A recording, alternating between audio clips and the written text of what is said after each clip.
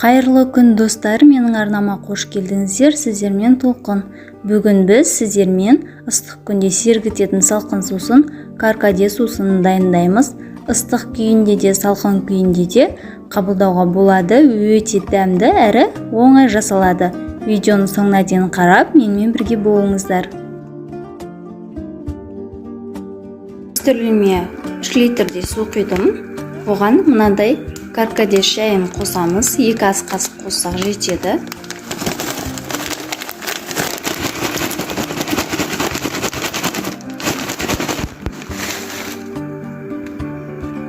Және аздап мята саламыз. Менде мята морозилькте қатырылған. Свежийін саса негізі жақсы болады. Және 200 грамдай қант салып қайнатамыз. Суымыз қайнады. Енді оттың астын өшіріп, бөлме температурасында толықтай суытамыз.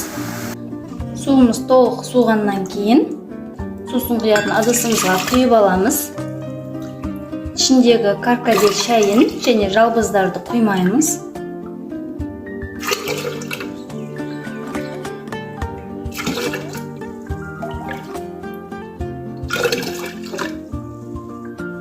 Ыдысымызға өзіңіздің қалауыңыз бойынша алманың тілімдерін, 3-4 тілім лимон саламыз, және қалауыңыз бойынша апельсин салуға да болады.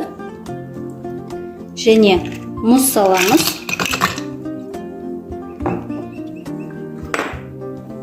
Жақсылап араластырамыз.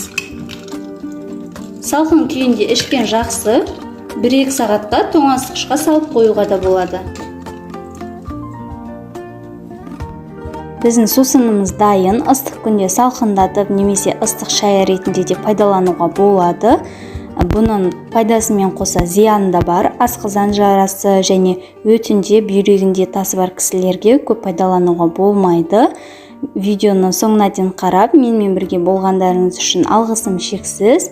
Мен арнама тіркеліп, достарыңызбен бөлісіп қойыңыздар. Алда көптеген рецепттермен бөлісемін. Сау сәлеметте болыңыздар.